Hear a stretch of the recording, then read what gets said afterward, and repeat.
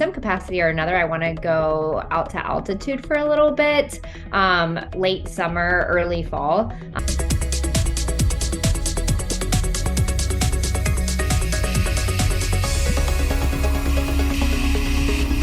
Hello and welcome into Running for Coverage, our second episode. Glad you're back for more after our first one last week. Here's what we have coming up today on the podcast. You just heard the voice of Kelsey Pontius, and I would say perhaps the best runner in Jacksonville. She's qualified for the U.S. Olympic Marathon Trials for the second time. We'll hear from her coming up in just a bit about her journey and what her experience has been like getting ready for the Olympic trials for a second time. We'll also have some notes from her. She's a nutritionist as well, so some thoughts from her on your nutrition. That'll be something that I think a lot of you will find very valuable as well. And we'll hear from Mae Barker, an ultramarathoner in the area, about the one piece of gear she won't run without. She'll give us a great detail about what it is that she has to have when she goes out for a run. But let's start with our look back at the weekend's activities and a look ahead to what's coming up this weekend in the area. One of the things that happened this weekend, we had two races that were very different in terms of their approach and size and timing. In the morning on Saturday, it was the Donna Foundation's Mother's Day Marathon, Mother's Day 5K rather. This is one that was run through Riverside and parts of downtown. And looking at those top performances there, a 32-year-old Stephen Harrison had the win in the 5K, 17:35, a minute and 40 clear of his closest competitor. So congratulations there. Sabina Mini ran 21:47 to pace the women. There also was an 83-year-old runner in the field, Persima Balgos. Wow, running into the 80s is just phenomenal. And so hats off there. 698 finishers for the Black Knight Donna Mother's Day 5K in the morning. Then in the evening, one of my favorite races of the year, the 1 Mile Championship, hosted by PRS Race Club and Running Club, and also the Big Chief Tire sponsored. And there were two events there. The 5K, that was the Fritz Parma Memorial 5K. And for those who knew Fritz, great way to remember him. As a huge supporter of the running community in our area, and saw a lot of his family out there as well. Many competing in the 5K or the mile, and had a great time there. Mark Burgett won the men's 5K. We'll have Mark on the podcast coming up in a few weeks. One of the most remarkable athletes I've ever covered in any sport at any time. Just a great ultramarathoner and a run of the short 5K this time around. Stephanie Duran and Lydia McRae crossing the finish line 1-2 in what was a fairly leisurely time for them in the 5K, 22:47. 43 people ran the 5K. Then it was on to the mile championship. Now, this one of the reasons why I love this so much is because of the fact we don't run the mile very often. Certainly on the road, you get some 1,500-meter races that's close to a mile in track, but you don't have the mile very often. Of course, there's a great tradition of mile runners through the United States track and field history, but you just don't see it very often. And when you see these folks who usually are running 5Ks, 10Ks, half marathons, trying to smoke out a hot mile, I mean, it is something to see. There's no doubt about that. Michael Remnick ran 4:36 to win the men's championship division. That is moving. And about 20 seconds behind him, we'll hear from her here in just a bit, Kelsey Pontius, who I talked to her, the interview we recorded before the mile was run, but afterwards I did talk to her, and she said, I can't believe I just did that. She was dying. Here's somebody who's used to running marathons. It is a much different physical approach. It was her first sub 5-minute mile in a competition. So hats off to Kelsey. That was phenomenal. Great time there. 99 finishers in the 1 Mile Championship. There was kids divisions, the Clydesdale division, which I certainly qualified for. So you can see all those results on our newsletter. So be sure to subscribe to the newsletter, and we'll get you all those results throughout the course of the weeks. All right, coming up this weekend, the Hope Starts Here 5K scheduled for Saturday. That's in support of Operation New Hope, and that runs through Springfield, and you can find signups there. Also this week, the FHSAA State High School track meet is being held at UNF's Hodges Stadium. The event underway Wednesday through Saturday, and some of the top local runners in the high school level. There are a lot of Jacksonville participation. And next week, we'll talk about those who took home state championships, both on the team and the individual level. All right, that'll get us started here on Running for Coverage. I want to remind you to subscribe to the newsletter as well as subscribing to the podcast. The newsletter every month will draw a winner to win a prize from one of our sponsors. And this month, it is a opportunity for to have your home clean, a house cleaning service from a Server's Heart cleaning service. That's up to 2,500 square feet, and one of our subscribers will win that. So be sure to sign up. You can find that link on our Twitter page at Running for Coverage, or if you just Google Running for Coverage, that should pop up pretty well as well. All right, let's take a moment here as we bring in Kelsey Pontius. Again, there's a lot of ways to decide who the best runner is in the area, but for my money, what she is doing right now puts her right at the top of the list. And she's now getting ready for February and the United States Olympic Marathon Trials. It's getting closer and closer, and she has had a long time. So, hear what she had to say about preparing for the Olympic trial. So I feel like it's crazy that it's already 9 months away because I qualified really early in the cycle this time around.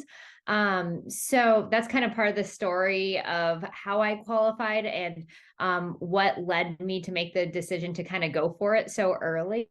So in fall of, I guess it was 2021, I was running pretty well. But I really had my eye on the half marathon distance. I really wanted to run in the 114 range for that. And I had two opportunities to do so. And I raced at the US Half Marathon Championship. It was right up in South Carolina. And I ran exactly what I wanted to. I placed in the top 20, which I wasn't expecting. And I just had a really good day. So I was signed up for the half marathon at Houston, which is where I'll get back to this, but jumping ahead, that's where I got the OTQ and the marathon distance. But I was signed up for the half originally, and I wanted two opportunities to run that 114 time, but I got it early. And so I kind of played the game with my coach, like, okay, do we do the marathon or do we do the half? And we couldn't decide. I don't know if you remember, Cole, but in the winter that year, there were really bad Colorado fires. And a lot of people that live in Colorado like lost their homes. And my coach was one of the ones affected by it. So how this broke down to this decision is him and his now wife like left the country to basically like let that kind of handle itself until they could come up with a game plan of where they were going to live while their house got rebuilt. And so I didn't dare ask selfish questions around like, what race should I do? So I ended up switching to the marathon, but the elite director made it really clear there's no switching back and forth. The Olympic standard window had just opened, which was why I was kind of wondering what I should do. I had time to do 120-mile run. So one marathon run. I did it pretty slow. And then I had the marathon day, and it was super windy that day. And my husband really helped me because my coach was pretty MIA, not anything his fault, but his house he just lost his home. My husband really helped me like know which miles to try to tuck in behind girls. And he knows that I like to front run. So he was like, don't you dare get caught front running in a headwind. And so long story short, I like took his advice and was kind of undertrained for the distance, but the last 10K of a marathon, I had a tailwind, which is exactly what you want. And so after I'd kind of taken his advice, the last 10K was the best 10K I'd ever ran. And so, I got to kind of punch the OTQ clock early with that one. So I've had this year to kind of just regroup. And before we hopped on here, you asked if I was doing a mile race and kind of play with other shorter distances. And I'm going to run a 5K this spring. So have a little bit of fun without the pressure of having to pick a good race to try to qualify in. Yeah, it's amazing when you have that, when you don't have to worry about it. And this is what the world's elite runners have to think about, right? When they know they're going to the Olympic trials, they can think about, all right, what does the next year look like, the next 18 months look like. In a way, it's a real advantage, but it does seem like it could be kind of a daunting task to try to make sure you lay it out the right way. So physically, you're where you need to be when the trials roll around. Mentally, you're where you need to be, and so you're also enjoying the process between now and then. Yes, exactly. I actually sent a message to Keith Brantley and Kim Pawelek not too long ago, just because ultimately I got into Berlin and Chicago, and I'm like, which one do I do? And just hearing their experiences, because I have this like inner desire to like want to do it perfectly so that I'm set up really well for the trials. And they have so much experience and insight along with my coach, but it's good to hear from them and kind of, what would you have done differently? And so ultimately they gave me the advice to not overcook myself, which I feel like it takes a lot of experience to kind of give somebody that advice, because you want to do it all when you're in it. Yeah, and Keith is so great at the mental side of it. Obviously, he ran for the U.S. in the Olympics marathon. He knows the tendency that like what almost every runner has, that urge to try to, all right, if I'm dedicated to this, I got to go. But sometimes full speed ahead is not the best course for, once you get down the line. Yeah, absolutely. Kim has told me many of times, she's like, if I had to do one thing over again in my career, I would have taken more rest or, done things, space races out differently. All right. So what does your calendar now look like here over the next several months?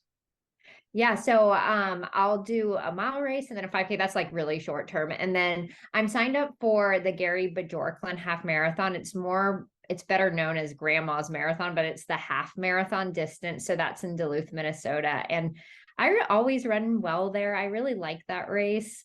So that's in June, and then I'll take a little bit of a rest. And then the idea is, in some capacity or another, I want to go out to altitude for a little bit, late summer, early fall. My sister lives in Denver, and then my coach still lives in Boulder. And so I have places to stay. And then probably hop it in some half marathon distances. I was kind of toying with the idea of doing another marathon before the trials, but I like Houston. I have so many examples where my best races have came from when I am a little bit undertrained, not undertrained, but like I haven't, raced too many marathons. And so I'm going to stick with the half marathon distance. I'm not super sure which ones I'll do in the fall, but I like the 10-mile national champs a lot. That's in Minnesota, and then half something probably like Philadelphia half or Indy half. How much does the weather you're going to encounter at a race impact your schedule? I mean, because I've run around in Minnesota on business trips, go up there, and the Jaguars are playing a preseason game against the Vikings, so I get out, get to run around, find three or four of the 10,000 lakes, and um, the expectation of the difference between the humidity and the heat in Jacksonville and what you get even at the same time of year in the upper Midwest is totally different. So does that impact when you're thinking about training and preparing for these things? Does the weather or the climate impact your decisions? Yes, especially when you're kind of my level, which is this like, you're going for times a lot more than someone that's going to the Chicago Marathon or Boston Marathon. Like Desi, she ran a time and won Boston, and I've ran two marathons faster than the time that Desi won the Boston Marathon in. But it's truly a race kind of at that very top level, whereas my level, where we're trying to get into the Olympic trials and everything, it's really a lot of times we're going for times. And so the climate and conditions just impact how fast everybody's able to run. And so yeah, that's definitely a big deal. The benefit of having the standard is I can kind of practice that upper level mentality of really just getting into the race. So like you said, in Minnesota, the humidity is a lot different. Whenever I've gone up there, everybody's complaining about how hot it is. And I'm like, I think it feels great. And like, it's like misting off of Lake Superior. And I'm like, this is fantastic. So in the half marathon distance, the marathon will be loaded this year with people trying to get that OTQ. So the half marathon, it will be a good year to try to win some money and race. And so I don't necessarily care how the conditions are this year. I just want to race really well. But if I was trying, like a lot of my friends will be up there trying to run under 2:37, and they very much don't care what the weather will be like. Yeah, and knowing some folks who have run at grandma's, again, same situation you talked about. It's sort of known as one of the places to go get your BQ, Yeah. because of the course and the conditions and everything else. So when you're running in a an event where you're running the half marathon where there is a marathon, Mhm. does that change your mentality at all, knowing that some, who's in the field with you is going to be different than it would be if you're running the marathon? It does. The with grandmas, it's cool because I don't know why they do this, but they start the half marathoners first. And so if it's going to be a warm day, it's a warmer day for the marathoners and the half marathoners. But Houston was that way. So for example, the marathon and the half marathon kind of started together. And there was this girl that I was kind of getting in a rhythm with, and the race breaks off at mile 8, and I thought for sure that, I don't know why I thought this, but I just assumed, I'm like, she's not running this fast running the marathon. And she turned right with me, and I expected her to take a turn for the half marathon. I'm like, okay, she's this good, she's coming with me, and she actually beat me. But we ran together for a lot of the day. And so you don't always know who's doing what, but kind of like anything else, once you start racing more, you start like getting familiar with other people on the circuit and kind of knowing what their capabilities are. So you start to know who's in what, but it's taken me a while to kind of know kind of more of the girls at my level. I want to talk about tactics here too. One of the things that we saw watching the Boston Marathon this year, there were a lot of tactics being run, particularly the last 10 miles or so, 12, maybe 6 miles. You see a lot of tactics where, again, as you mentioned, the time wasn't the thing. It's winning the Boston Marathon that becomes the big thing. Uh, where do you feel like your strength is tactically? And do you go in with a game plan and then adjust, or do you kind of wait for it to lay out and then decide, all right, here's what I got, what I have to do to win? Yeah, I think that, I think I do the best when like ignorance is bliss and I don't really know what's going to happen. So in hindsight with Houston, I had no idea what was going to happen. It was really windy, and I actually went out. So the time that I needed to run was like 2:37. So half marathon, that's one like 1:18:30, and I went through the half distance at 1:17. So that's a pretty significant amount of time to go through the half, just like 90 seconds too fast. And my first thought was like, I'm glad my coach is in a different country because he's going to murder me. Because he's probably not watching. But in hindsight, he was watching and he didn't care. But that happened because it was so early when they started that I just tried to stick with a pack, and there was nobody just running the straight up OTQ pace. And it was so windy that I tried to slow down, and I turned around and there was no packs behind me. And so in my head, I was like, okay, it's better to, even if this is a little bit too fast, you have people blocking the wind for you right now, opposed to slowing down. So that was a very much so like in the moment decision. I race the best when I'm in a pack and I'm kind of finding a rhythm with other people. And so I think I've learned, like, as far as tactics go, is just to try, especially with a race like a marathon, you're trying to find a rhythm, and kind of let some of the other people do the work, but at the same time, not get sucked in too much if you feel like you're getting sucked into something that's like not sustainable. So find a pack, find a rhythm, and then don't do the work in like bad places and bad areas to do the work. And that's a huge part of this too. If you're waiting for, trying to pick your spot, take me through the thought processes as you come down, let's say the last couple of miles of a marathon. What are you thinking about to decide when to make your move? I think that, well, I would say until recently, it was a new thing that I was like even in the game in the last like 10K to go. I think that I had been, kind of the times that I was running, I feel like I was like getting to mile 20 and then being in survival mode of like, how good can I not like drop the ball here? Um, I think that, nutrition is just such a huge part of what I believe in. And so I think that like getting to mile 20, like in a place where you're not bonking, and like you can focus on the race instead of focus on like kind of all of the physiological impacts of being at mile 20 is like the first goal of like, okay, set yourself up so you can actually like be in the game with that much to go. And then it's so hard to think this way, but when you get to the end of a marathon, like 5K is a lot of distance to kind of go. And so I always, make sure that with a 5K until I get to like a 5K to go, that I know that like the wheels aren't completely falling off. So I have a little bit left and a little bit of fight left in me. And yeah, I've definitely, passed people with 200 meters to go in a marathon. And definitely if you've, been spectating marathons, it can be even closer than that. So I guess put myself in a really good position with, until I get to like mile 23 or something like that. I forget who it was, but somebody asked me at what point did I know at Houston that I had it in the bag, because I qualified and had like 2.5 minutes to spare. And I literally said like, until I had 800 meters to go, just because I've definitely witnessed people that have like they need to like walk the last mile, or it's just so cumulative, that kind of fatigue. Yeah, there's a reason they call it a marathon, right? It definitely is not a sprint. So you mentioned nutrition, and we're going to get some pointers for you on nutrition coming up here a little bit later on in the podcast. But I wonder about, this is sort of a pragmatic, real world question. Again, we were talking about this long runway you have until the Olympic trials. So at what point do you really lock down on nutrition, and at what, and how much can you know, have a beer on Thursday?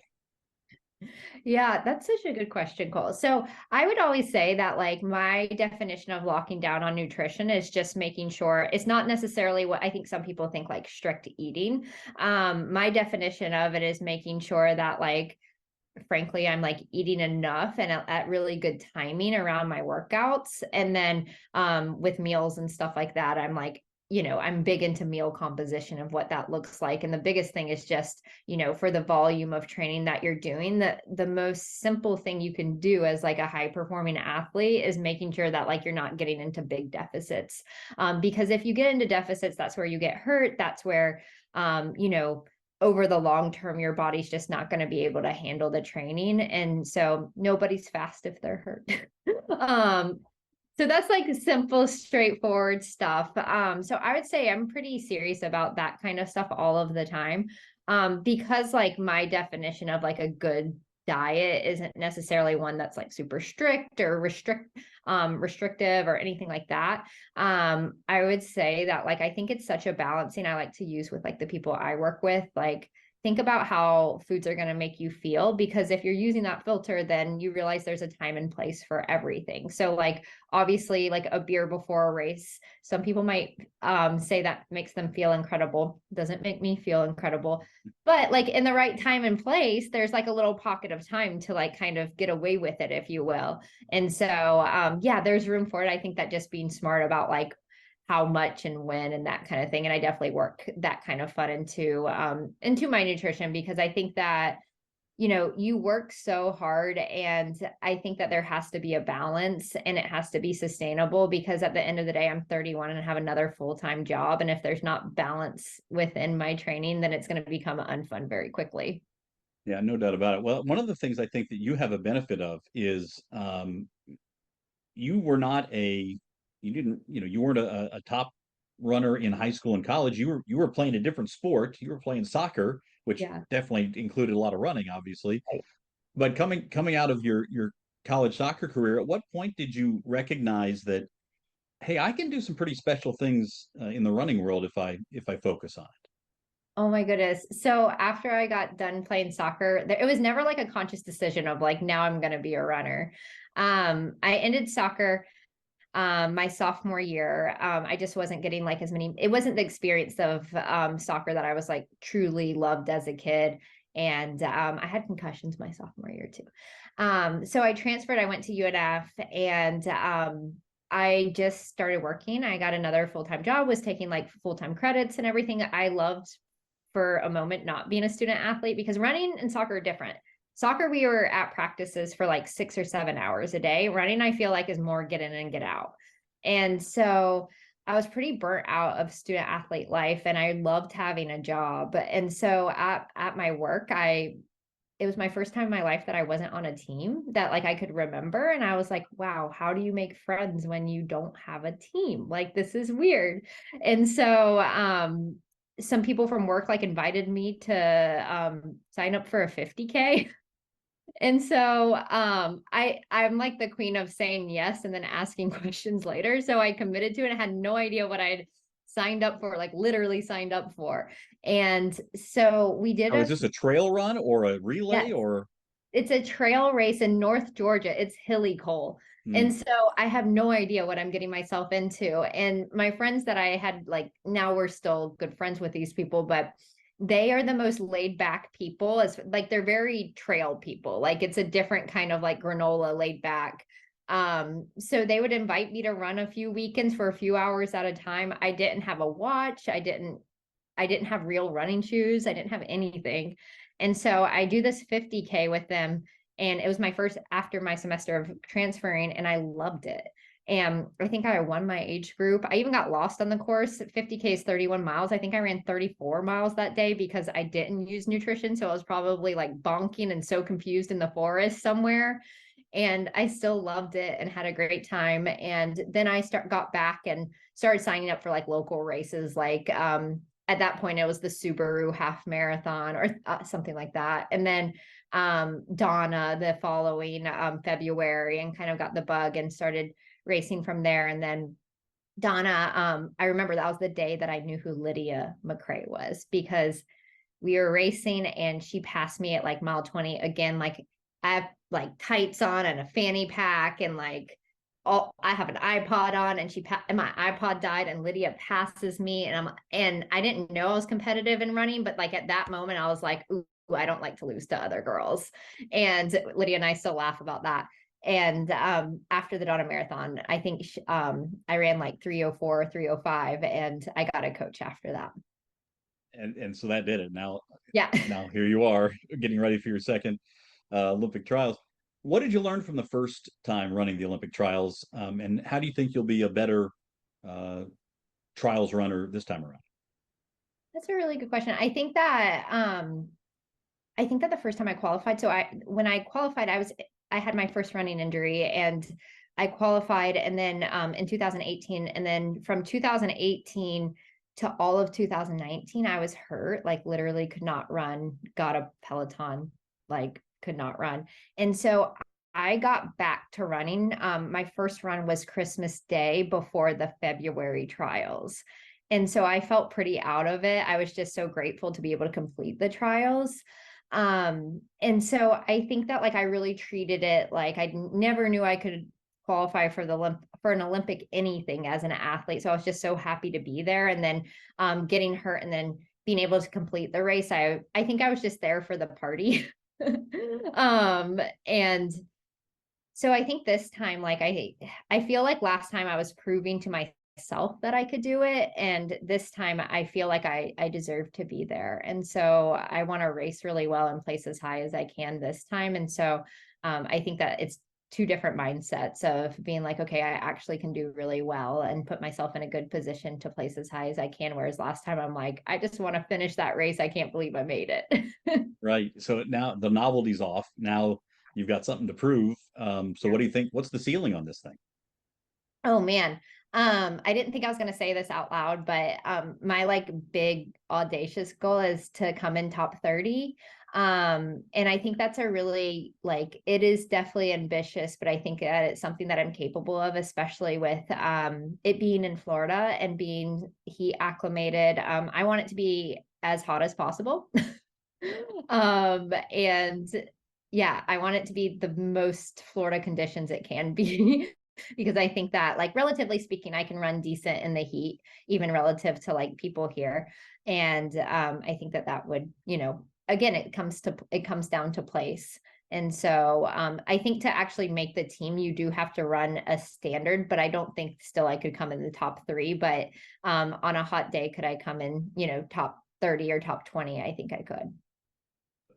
That will definitely be exciting. We'll be looking forward to that. We have a long way to go till we get there.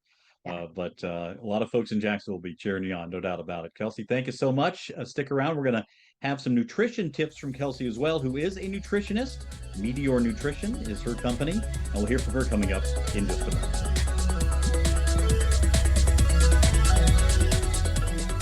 Did want to mention that there was a big international competition on the USA 25K championship. Of course, the 15K championship is held here in Jacksonville, the Gate River Run. They run the other river run up in Grand Rapids, Michigan, is the 25K championship. And this past week, Betsy Sena winning at 1:24:32, just a slight bit ahead of Kira D'Amato, who ran 1:24:39. Of course, Kira's been on a great run here of late. Jessa Hansen came in third on the women's side. On the men's side, a familiar name at the top of the list, Leonard Career, who has won the Gate River Run, winning at 1:14:45 in the 25K, 4 seconds ahead of Jacob Thompson. Brian Schrader, who's also run in the River Run, came in third. So congratulations, Leonard Career and Betsy Sena winning national championships at 25K. All right, time now for our gear review. And we welcome in Mae Barker, ultra marathoner in the area, and the one thing she won't run without. So I went ahead and strapped on my Dakine. I don't know if I'm saying this right. Dakine, Dakine. It's I've had this thing for a long time. I like this brand. Back when I had kids and I realized I need like a running purse, I found this. Dakine, I think, is a brand that's like markets to surfers, but I love their hip packs. I have 2 of them. I've had them for a long time. This is the one I have on my waist right now is I'd say I use this maybe 4 out of 7 days a week when I'm on runs. I also use it around town, and I went ahead and strapped it on, put the stuff that I would typically have with me on a run. I have a running is around here somewhere. Her name is Miley. Miley is a dog, and so usually with the hip pack, it also functions as a place to put my handy dandy leash for her. So I attach that to my hip pack. I'm going to bring it back down to my hip here, stuck in my waist so I'm looking all svelte, and show you that I also have, usually this is attached to my hip pack. And then I also, if I'm running early in the morning, I usually have this handy dandy little light. And so that's the stuff that's attached to my hip pack. Now let's talk about all the goodies that tend to be in the hip pack. Now, one of the things with the hip pack I find is it can bounce, and I hate that. So what I like about this hip pack is you can easily adjust it, and it has a nice thick band, and you can adjust it on both sides. So, you know, if I'm not eating too much pizza and drinking too much beer, I usually have to make it real nice and snug. Inside the pack, I like to have my phone with me all the time. If I'm running by myself, or I usually like listen to music and stuff. So I have my iPhone in here, and then I usually have my AirPods, and I have a collapsible cup, because a lot of times when I'm running, especially in the Florida heat, I get hot, and I might find a faucet, but it's kind of, might want to, you know, more sophisticated way to drink there. Kleenexes. Now, I know that most of my running buddies usually have to make pit stops, and their Kleenexes or toilet paper is in their pocket, and it gets wet, but in my hip pack, it stays nice and dry. Also, when you're running with dogs, guess what you have to have, or you should have if you're in a town, which is you need your poop bags, right? It's all stashed in the hip pack here. And then 2 more things in my hip pack. Again, these are nice things to have on you. I find that even though running shorts have great pockets these days, that kind of stuff seems to bounce, or again, you just don't have enough room. So again, I love the hip pack because I can carry some money with me. And if you run with me, you know that sometimes I get a craving for donuts, and or other sweet stuff because I'm an ultra runner and I run a lot, and I feel like I have no guilt in eating a donut at mile 10 in a training run. And then, sometimes after you eat a donut, you get indigestion. So guess what? I also love these ginger chews. I used them when I was pregnant. They're a brand called Ginger. Oh, just Ginger. I don't know. Cole, I might have to like take a picture and send these to you. I love these things. I give them out to people. Like I have a friend who's going through chemotherapy right now. I gave him a bag. I tend to find them at Marshall's or TJ Maxx, but they're really great if you're starting to get sick at your stomach on a run, or you're sick at your stomach for some reason. So that is what is in my nice Dakin hip pack here. I can't remember how much I paid for it. I don't think I probably paid like 30, 35. But again, I've had this thing for a long time now. Thank you, Mae. Good stuff there. We also bring a training tip every week, and sometimes the tip will be about how you're training for a specific race. Sometimes it'll be about dealing with injuries, and sometimes it'll be about nutrition. As we mentioned earlier, Kelsey Pontius is a nutritionist. Meteor Nutrition is her company. She does a great job working with a lot of athletes from different sports on nutrition, and she's along with a nutrition tip for you. Okay, so as the temperatures start to rise, I've noticed this in my data this week, is your heart rate inevitably is going to creep up, even if you're trying to adjust paces. Your heart rate is creeping up. So what that means is that your body is working harder to do this form of exercise, and the higher our heart rate is, the larger percentage of carbohydrates we're actually utilizing. And so really making sure that you're eating carbohydrates with every meal and increasing them at each meal. I always say baseline runners, their carbohydrate intake should be at least 50% or more of their caloric daily intake. And so, that's a baseline. So just saying, okay, now if you're trying to maintain the same training that you were when it wasn't as hot, making sure you increase from that baseline. Also, fluid needs and hydration needs are increasing, and that's not just fluids. Thinking about electrolytes too. Even more dangerous than just like simple didn't drink enough fluid is low sodium levels. And so sometimes with my runners, I notice because they're such healthy eaters, a lot of times they're not getting a lot of salt from their food, which can be healthy, but at the same time, we need salt in order to maintain that fluid balance and maintain muscle contraction and stuff like that. So whether you want to consume electrolytes and like sports nutrition products, I like to save money. Food is already super expensive, so I'm salting my food and eating like foods with potassium and magnesium and all of that fun stuff. Or a blend of both would be appropriate. All right, that'll do it for episode 2 of Running for Coverage. Thanks so much for joining us here. We will have more coming up next week. Again, be sure to subscribe to the podcast. You can find it on YouTube, on Amazon, on Spotify. Should be coming soon to Apple as well. And also subscribe to the podcast and the podcast newsletter as well. That newsletter gives you an opportunity to win prizes each and every month. Also want to thank Darren Ronan of Ronan School of Music, who composed our original music for this podcast. Thanks so much for joining us on Running for Coverage, and we'll talk to you next week.